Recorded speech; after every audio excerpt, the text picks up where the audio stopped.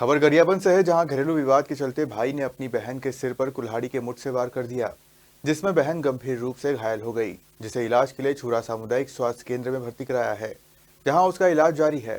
घटना की सूचना मिलते ही मौके पर पहुंची छूरा पुलिस ने आरोपी भाई जीवन बंजारे को गिरफ्तार कर लिया और उसके खिलाफ विभिन्न धाराओं में केस दर्ज कर कार्रवाई शुरू कर दी। 9/12/2024 के लगभग 5 बजे आरोपी जीवन बंजारे अपनी पुत्री के साथ घरेलू विवाद हो रहा था, जहां पर उसकी बुआ ने उसको मना किया कि गाली गलौज मत करो। आरोपी आक्रोशित होकर टंगिया के मुठ वाले हिस्से से आ, आहत जो आरोपी की बहन है उसके सिर पर वार करके गंभीर चोट पहुंचाया।